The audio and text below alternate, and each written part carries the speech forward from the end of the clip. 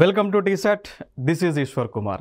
ఈ వీడియోలో మనం జియోగ్రఫికల్ ఇండికేషన్స్ని చూడబోతా ఉన్నాం. సో తెలంగాణ రాష్ట్రంలో ఉన్నటువంటి జియోగ్రఫికల్ ఇండికేషన్స్, సో భౌగోళికంగా పరంగా గుర్తింపు తెచ్చుకున్నటువంటి వస్తువులకు సంబంధించి మనం ఈ వీడియోలో డిస్కస్ చేసుకోబోతున్నాం. సో దానికంటే ముందు ఇటీవల టీజీపీఎస్సీ ఏదైతే గ్రూప్ 4 ఎగ్జామ్ని నిర్వహించి ఉందో, సో దానిలో వచ్చినటువంటి జియోగ్రఫికల్ ఇండికేషన్ సంబంధించినటువంటి టాపిక్ను ఒక క్వశ్చన్ మనం చూద్దాం. సో చూస్తే దాన్ని బట్టి మనకు అర్థమవుతుంది ఏ విధంగా క్వశ్చన్స్ని అడుగుతూ ఉన్నారు, మనం ఎట్లా ప్రిపేర్ అవ్వాలి అనేటువంటి అంశం మనకు తెలియవస్తుంది. కాబట్టి సో ముందుగా ఒక క్వశ్చన్ చూద్దాం. సో ఇది టీజీపీఎస్సీ గ్రూప్ 4లో 2018లో వచ్చినటువంటి క్వశ్చన్ అండి. సో చూడవచ్చు, ఇక్కడ జిఐ ట్యాగ్ ఒక పక్క, ప్లేస్ అని ఒక పక్క ఇచ్చారు.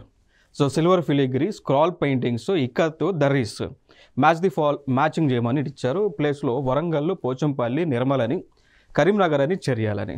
ఓకే, సో ఇది తెలిస్తే మీరు ఆన్సర్ ఇవ్వండి, లేదంటే at the end of the session class అయిన తర్వాత ఈ క్వశ్చన్కి ఆన్సర్ మీకు మీరే ఇస్తారు. సో చూద్దాం. సో రైట్, సో మేము వెళ్ళిపోదాం మెయిన్ టాపిక్లో.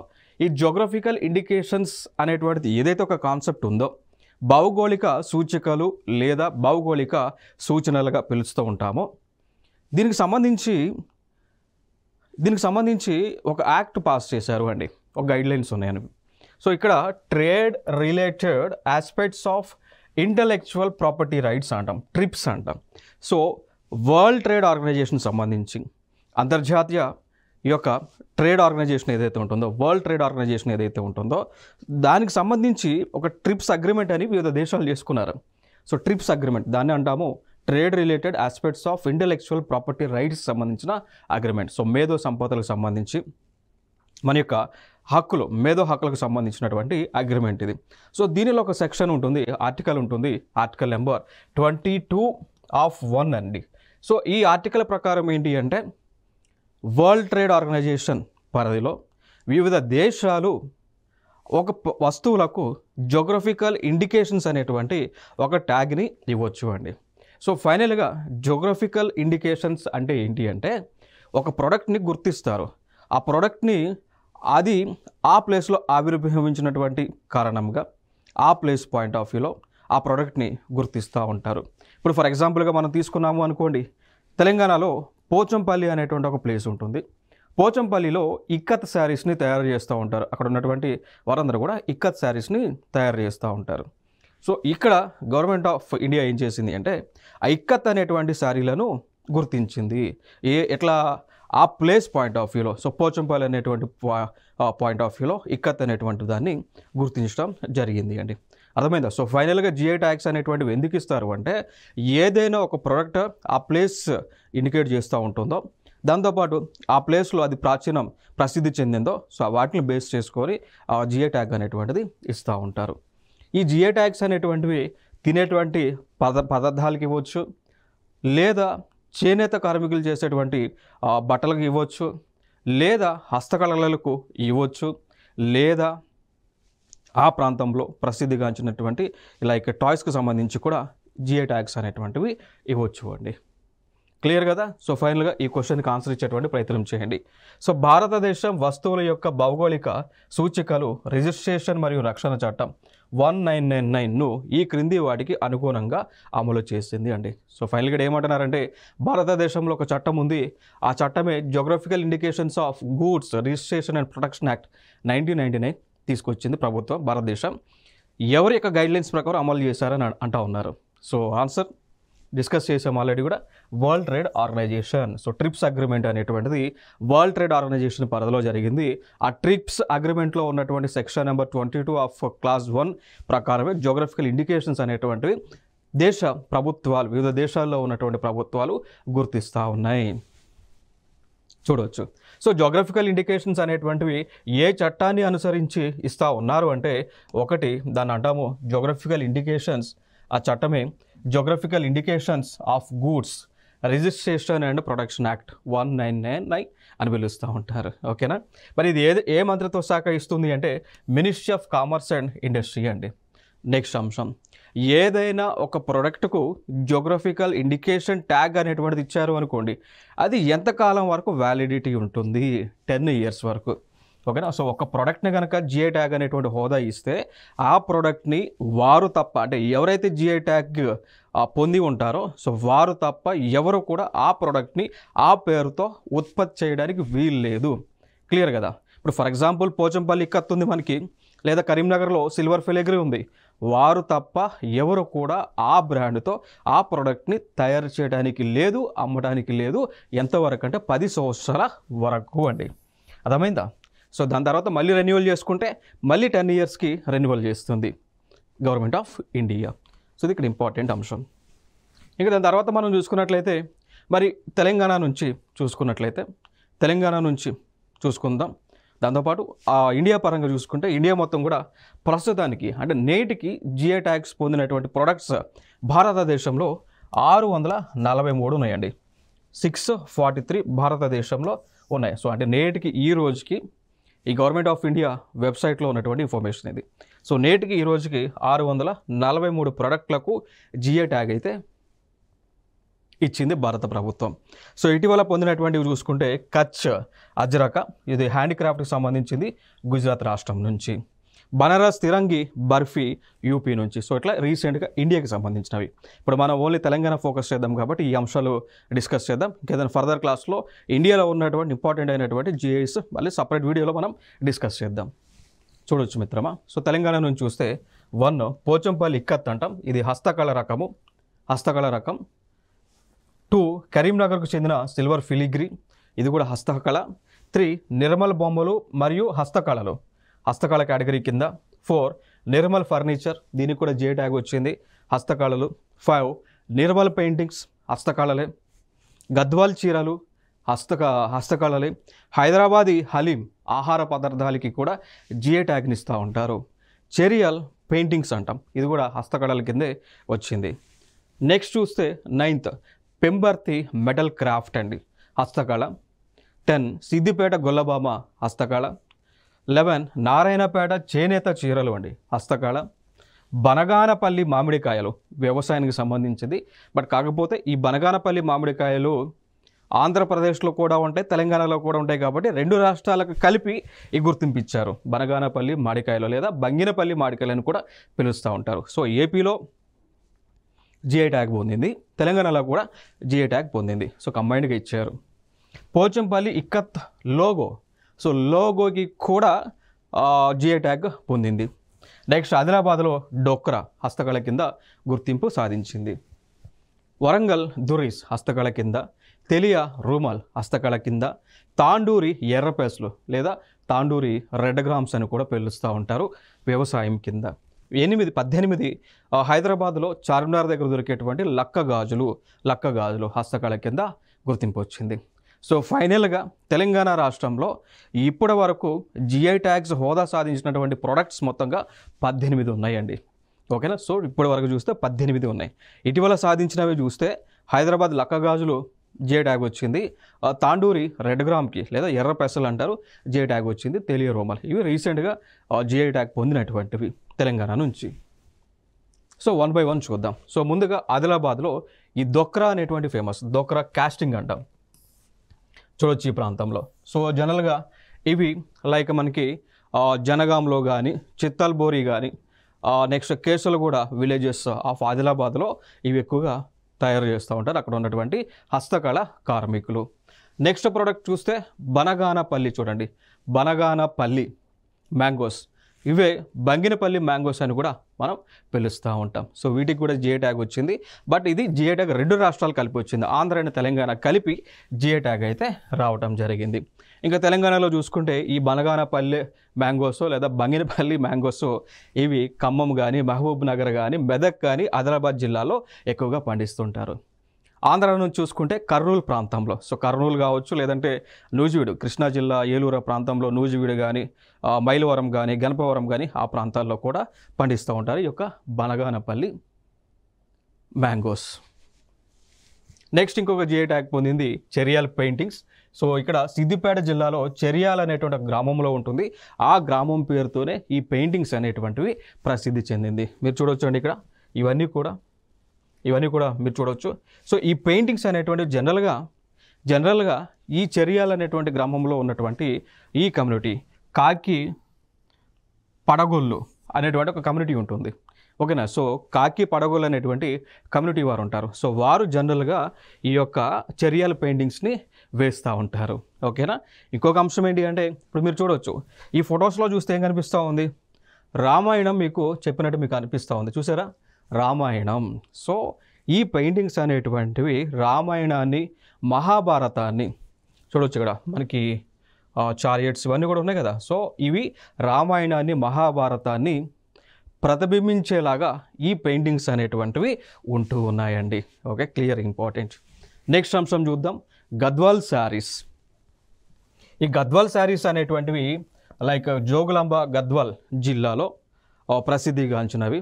సో దాదాపు ఇవి 200 సంవత్సరాల క్రితం నుంచి కూడా ఈ గద్వాల్ శారీస్ని గద్వాల్ ప్రాంతంలో, జోగులాంబ గద్వాల్ జిల్లాలో చేనేత కార్మికులు నేస్తా ఉన్నారు అండి. ఓకేనా. సో ఇదొక ఇంపార్టెంట్ అంశం. ఇంకొక అంశం అంటే ఈ గద్వాల్ శారీస్ అనేటువంటివి ఈ గద్వాల్ ప్రాంతానికి ఎట్లా వచ్చినాయి అంటే, గతంలో ఏదైతే గద్వాల్ ప్రాంతం మనం ఇప్పుడు ఏదైతే పిలుస్తూ ఉన్నామో గతంలో దీన్ని సంస్థానం అని పిలిచేవాళ్ళు అండి. గతంలో దీన్ని సంస్థానం అని పిలిచేవాళ్ళు.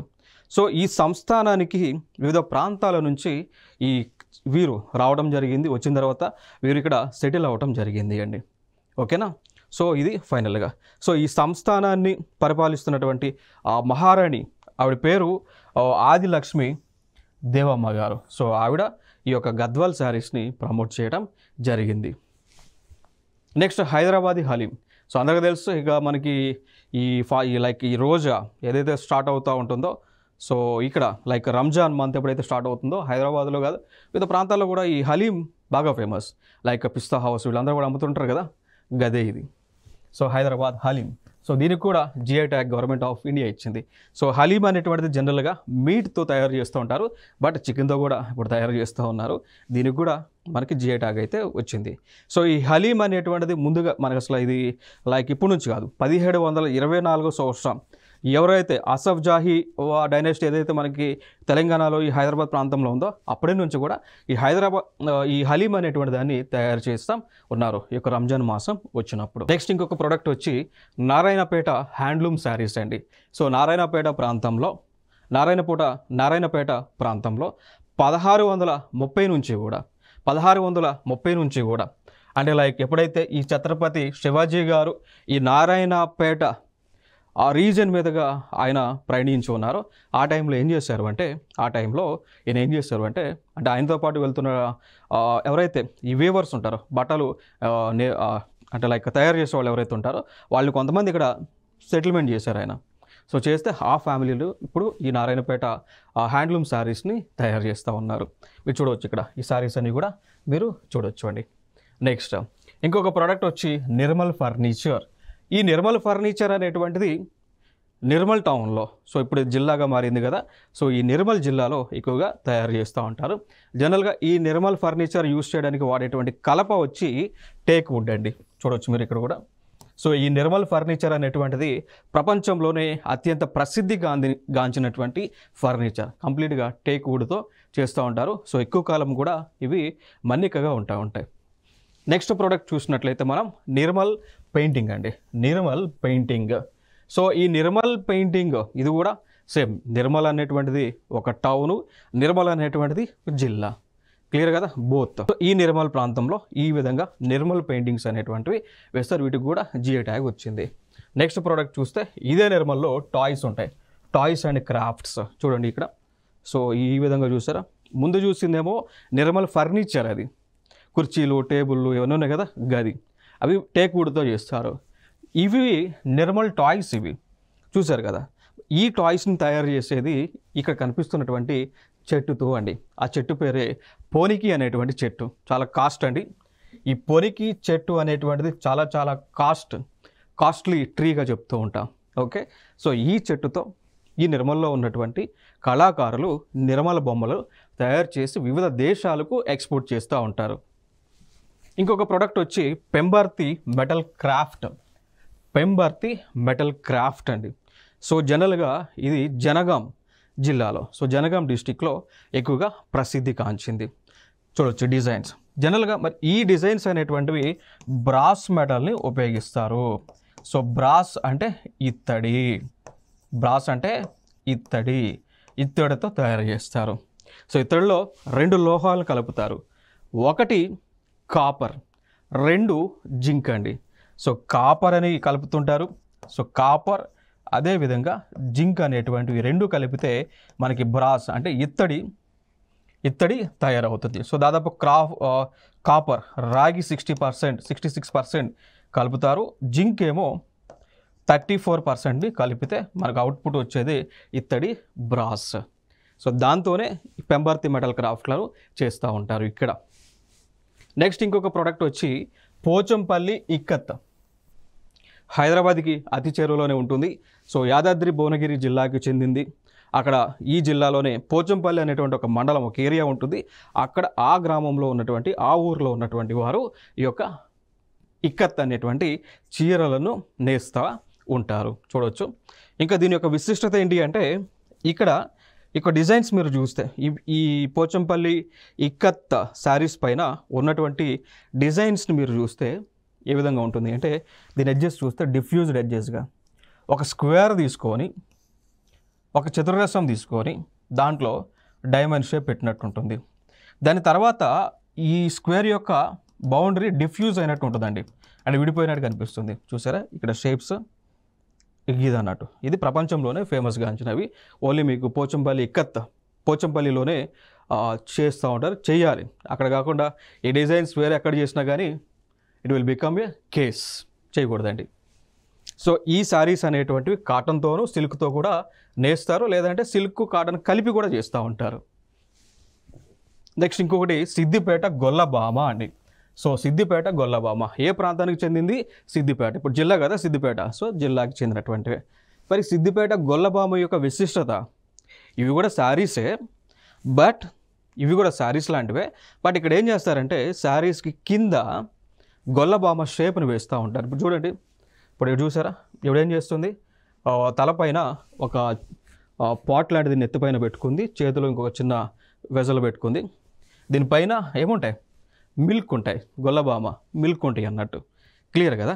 సో ఈ షేప్స్ అన్నీ కూడా ఈ చీరల పైన వేస్తూ ఉంటారు. అందుకే ఈ డిజైన్ ఏమంటాము అంటే గొల్లభామ డిజైన్స్. ఈ శారీలనే గొల్లభామ శారీస్ అని పిలుస్తూ ఉంటారు.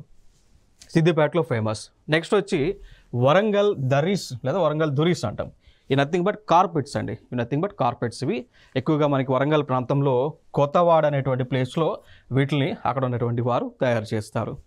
నెక్స్ట్ ఇంకొక ప్రోడక్ట్ వచ్చి పుట్టపాక తేలియ రుమాల్. సో నల్గొండ జిల్లాలో పుట్టపాక అనేటువంటి ఒక విలేజ్ ఉంటుంది. ఆ విలేజ్లో ఉన్నటువంటి ప్రజలు తెలియ రుమాల్ అనేటువంటివి తయారు చేస్తూ ఉంటారు. ఇది చూడవచ్చు ఇక్కడ, తెలియ రుమాల్. నెక్స్ట్ కరీంనగర్ ప్రాంతంలో, సో కరీంనగర్ జిల్లాలో సిల్వర్ ఫిలిగ్రీ అనేటువంటిది ఫేమస్ అండి. సో చూడవచ్చు, సిల్వర్ ఫిలిగ్రీ అంటాం. సో ఈ విధంగా షేప్స్ తయారు చేస్తారండి. చూసారా ఈ విధంగా షేప్ ఉందా? బొమ్మలు, లైక్ బొమ్మలు, దేవుడు బొమ్మలు ఇవన్నీ కూడా చేస్తారు, బట్ సిల్వర్ని యూజ్ చేస్తారు.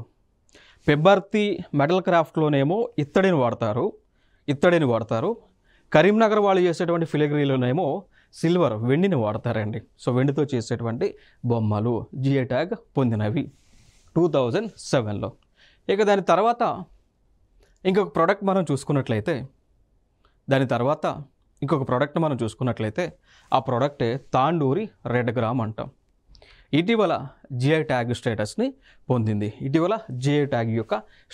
పొందింది అండి తాండూరి కందిపప్పు. సో ప్రపంచంలోనే ప్రసిద్ధిగాంచినటువంటి కందిపప్పు, ఓకేనా. సో తాండూరి రెడ్ గ్రామ్ జిఐ స్టేటస్ని పొందింది అండి. దాని తర్వాత ఇంకొక ప్రోడక్ట్ మనం చూసుకున్నట్లయితే, ఇంకొక ప్రోడక్ట్ వచ్చేసి హైదరాబాద్ ప్రాంతంలో చార్మినార్ ఏరియా ఏదైతే ఉందో, చార్మినార్ దగ్గర బడీ బజార్ అని ఉంటుంది, లడీ బజార్, ఆ బడీ బజార్ అని ఉంటాయి. సో చార్మినార్ ప్రాంతంలో, క్లియర్ కదా. సో ఇక్కడ ఈ ప్రాంతంలో ల్యాక్ బ్యాంగిల్స్ అనేటువంటివి తయారు చేస్తుంటారు. అక్కడ ఉన్నటువంటి వారందరూ కూడా ఈ ల్యాక్ బ్యాంగిల్స్ అనేటువంటివి తయారు చేయడం జరుగుతూ ఉంది అండి. క్లియర్ కదా. ఈ ల్యాక్ బ్యాంగిల్స్ అనేటువంటివి తయారు చేస్తూ ఉంటారు. సో వీటికి కూడా జిఐ ట్యాగ్ అనేటువంటిది రావటం జరిగింది మిత్రమా. సో ల్యాక్ బ్యాంగిల్స్ అనేటువంటివి హైదరాబాద్కి ప్రసిద్ధి చెందినవి. సో హైదరాబాద్లో మనకి జిఐ ట్యాగ్ పొందినటువంటి ప్రొడక్ట్స్ చూసుకుంటే హైదరాబాద్ నుంచి చూసుకుంటే ఒకటి హైదరాబాద్ హలీము, 2 హైదరాబాద్లోనే చార్మినార్ దగ్గర ఉండేటువంటి ల్యాక్ బ్యాంగిల్స్. ఇక దాని తర్వాత పోచంపల్లిలో పోచంపల్లి ఇక్కత్ అంటాం, కరీంనగర్లో కరీంనగర్ ఫిలిగ్రీ అంటాం, పెంబర్తి మెటల్ క్రాఫ్ట్ అంటాం, తెలియ రూమాల్. సో ఏదైతే నల్గొండ ప్రాంతంలో తెలియ రూమాల్ని తయారు చేస్తూ ఉంటారు. నిర్మల్ జిల్లానో నిర్మల్ టౌనో ఆ ప్రాంతం నుంచి, అది అంతకుముందు టౌన్ ఇప్పుడు జిల్లా కదా. సో నిర్మల్ నుంచి నిర్మల్ బొమ్మలు టాయ్స్ ఉన్నాయి, నిర్మల్ ఫర్నిచర్ ఉంది, నిర్మల్ పెయింటింగ్స్ ఉన్నాయి. క్లియర్ కదా. సో ఇవన్నీ కూడా జిఐ ట్యాగ్స్ పొందినటువంటి ప్రోడక్ట్లు. ఇక దాని తర్వాత మనం చూసుకున్నట్లయితే బనగానపల్లి మ్యాంగోస్, దాన్ని బంగినపల్లి మ్యాంగోస్ అంటారు. సో ఈ మ్యాంగోస్కి 2 రాష్ట్రాల్లో నుంచి జిఐ ట్యాగ్ వచ్చింది. ఒకటి ఆంధ్రప్రదేశ్ నుంచి, 2 తెలంగాణ నుంచి జిఐ స్టేటస్ రావటం జరిగింది అండి. ఇవన్నీ కూడా తెలంగాణలో భౌగోళిక గుర్తింపు పొందినటువంటి హస్తకళలకు చెందినటువంటి ప్రోడక్ట్స్, ఫుడ్కి సంబంధించినటువంటి ప్రోడక్ట్స్, ఫర్నిచర్కి సంబంధించినటువంటి ప్రోడక్ట్స్ అండి. వీటిపైన ఎగ్జామ్ ఏదైనా కానీ ఖచ్చితంగా 1 క్వశ్చన్, అట్లీస్ట్ 1 క్వశ్చన్, లేదా మనం ముందుగా చూపించినట్టు చూద్దాం ఇక్కడ. సో ముందుగా చూపించినట్టు ఈ విధంగా మ్యాచ్ ది ఫాలోయింగ్ని అడుగుతూ ఉన్నారు. సో ఇప్పుడు మీరు చెప్పండి మిత్రమా, ఇప్పుడు దాకా డిస్కస్ చేస్తాం కదా, మీరే ఆన్సర్ చెప్పండి. సిల్వర్ ఫిలిగ్రీ ఏ ప్రాంతంలో ఫేమస్? స్క్రాల్ పెయింటింగ్ ఏ ప్రాంతంలో ఫేమస్? ఇక్కత్ ఏ ప్రాంతంలో ఫేమస్? దుర్రీస్ ఏ ప్రాంతంలో ఫేమస్? సో మీరే ఆన్సర్ చెప్పండి. సో వీలైతే ఆన్సర్ని పోస్ట్ చేయండి. సో నేనైతే మీకు ఆన్సర్ ఇస్తాను. సో సిల్వర్ ఫిలిగ్రీ, సో నాకు తెలుసు సిల్వర్ ఫిలిగ్రీ అని Karimnagar. So silver filigree is famous where? It is in Karimnagar మిత్రమా. సో ఏకి 4 ఉండాలి, ఖచ్చితంగా ఒక్కొక్కటి తెలుసు. కరీంనగర్ సిల్వర్ ఫిలిగ్రీ అని ఏకి 4 ఉండాలి. ఏకి 4 ఉందా? లేదు, తప్పు. 2కి 4 ఉందా? 2లో A4 ఉందా? తప్పు. 3లో A3 ఉందిగా? తప్పు. A4 ఉందా? రైట్. సో ఒకటి తెలిసి నాకు ఆన్సర్ వచ్చేసింది కదా. సో ఏదో ఒకటి తెలిసినా కానీ మనకు ఆన్సర్ వస్తుంది. ఓకేనా. సో ఇట్లాంటి క్వశ్చన్స్ని అడుగుతూ ఉన్నారు. So nothing to worry. So మనం తెలంగాణ రాష్ట్రంలో కేంద్ర ప్రభుత్వం గుర్తించినటువంటి అన్ని ప్రోడక్ట్స్ని 18 ప్రోడక్ట్స్ని మనం డిస్కస్ చేయటం జరిగింది. సో స్క్రాల్ పెయింటింగ్ వచ్చి చెరియాల ప్రాంతంలో, ఇక్కత్ వచ్చి పోచంపల్లిలో, దర్రీస్ వచ్చేసి వరంగల్లో. సో ఫైనల్గా A4 B5 C2 D1 it is the answer. So ఫైనల్గా ప్రధానంగా మనం ఫోకస్ చేయాల్సినటువంటి అంశాలు ఏంటి అంటే, ఇప్పుడు తెలంగాణ ఈ అంశం యాక్చువల్గా తెలంగాణ జోగ్రఫీకి సంబంధించినటువంటి అంశము. బట్ ఈవెన్ దో కరెంట్ అఫైర్స్లో కొన్ని సందర్భాలు అడుగుతూ ఉంటారు. జీకే నుంచి ఒక పాయింట్ ఆఫ్ వ్యూలో కూడా మనం చూడవచ్చు. సో కరెంట్ అఫైర్స్లో రీసెంట్గా ఇంకొక ఎగ్జాంపుల్ అడిగారు. ఏమని అడిగారంటే, which among the following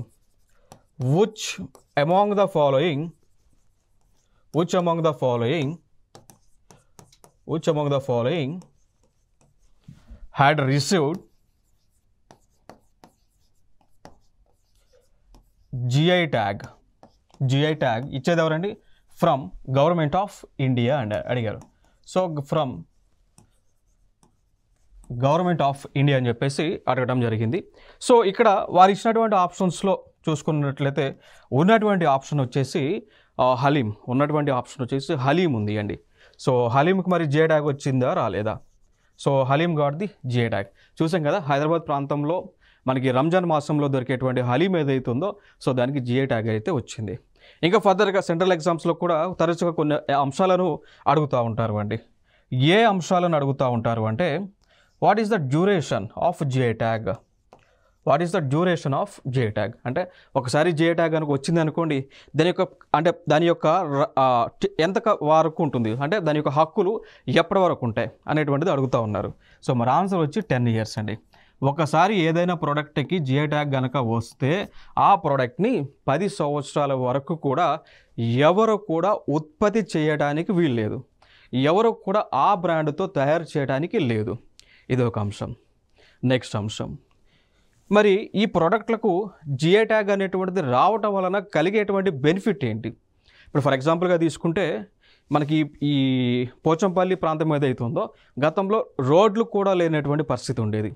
so ఎప్పుడైతే ఈ పోచంపల్లి ప్రాంతంలో ఇక్కత్ అనేటువంటి శారీస్కి జిఐ ట్యాగ్ని ఇచ్చిందో, కేంద్ర ప్రభుత్వం వెంటనే ఆ ప్రాంతానికి పర్యాటకుల సందర్శన విపరీతంగా పెరిగింది అండి. సో ఆ ప్రాంతానికి పర్యాటకులు విపరీతంగా వెళ్తూ ఉండేవాళ్ళు. ఈవెన్ నేను కూడా వెళ్ళడం జరిగింది ఆ ప్రాంతంలోకి. ఓకేనా. సో అంటే ఇక్కడ ఏం చెప్తున్నాను అంటే ఏదైనా ఒక ప్రోడక్ట్కి నేషనల్ ఇంపార్టెన్స్ ఇచ్చినప్పుడు ఏమవుతుంది అంటే ఆ ప్లేస్లో టూరిజం అనేటువంటిది డెవలప్ అవుతుంది, డెవలప్మెంట్. సో వెంటనే ప్రభుత్వం రోడ్లు వేయడం జరిగింది. వివిధ ప్రాంతాల నుంచి, హైదరాబాద్ నుంచి, వివిధ నగరాల నుంచి, దేశంలో ఉన్నటువంటి వివిధ మారుమూల ప్రాంతాల నుంచి కూడా ప్రజలు వచ్చి ఈ పోచంపల్లికి రీచ్ అయ్యి అక్కడ ఉన్నటువంటి ఇక్కత్ అనేటువంటి శారీలను కొనుక్కుంటా ఉన్నారు. సో ఆ శారీలు కూడా హై కాస్ట్ ఉంటాయి. ఒక్కొక్క శారీ దాదాపు 10,000, 15,000, 20,000, 50,000, 1 lakh, 2 lakh కూడా విలువైనటువంటి శారీస్ ఉన్నాయి. సో ఆ శారీస్ని పెళ్ళిళ్ళప్పుడు, ఫంక్షన్స్ అప్పుడు కొనుక్కుంటా ఉన్నారు. సో విపరీతంగా ఆ పోచంపల్లి ఇక్కత్ అనేటువంటి ప్లేస్కి ప్రజలు వెళ్ళటం స్టార్ట్ అయింది. దాని ద్వారా ఏం జరుగుతుంది, అక్కడ టూరిజం డెవలప్మెంట్ అవుతుంది, ఆ ఏరియా డెవలప్ అవుతుంది, ఆ ఏరియాలో ఉన్నటువంటి ప్రజలకు ఎంప్లాయ్మెంట్ అనేటువంటిది క్రియేట్ అవుతూ ఉంది. సో దాంతోపాటు ఇంకా గవర్నమెంట్ ఏం చేస్తూ ఉంది అంటే ఆ ప్రోడక్ట్కి జిఐ ట్యాగ్ వచ్చింది కాబట్టి మార్కెటింగ్ ఫెసిలిటీస్ని ప్రభుత్వమే ఇస్తూ ఉన్నది అండి. సో ఆ ప్రజలు ఎవరైతే ఈ పోచంపల్లి అనేటువంటి ప్రాంతంలో ఇక్కత్తో శారీస్ తయారు చేస్తూ ఉన్నారో వారు తయారు చేసినటువంటి శారీస్ని వివిధ ప్రాంతాలలో అమ్ముకునే విధంగా గవర్నమెంట్ ఏం చేస్తుంది అంటే మార్కెటింగ్ ఫెసిలిటీస్ని క్రియేట్ చేస్తూ ఉంది.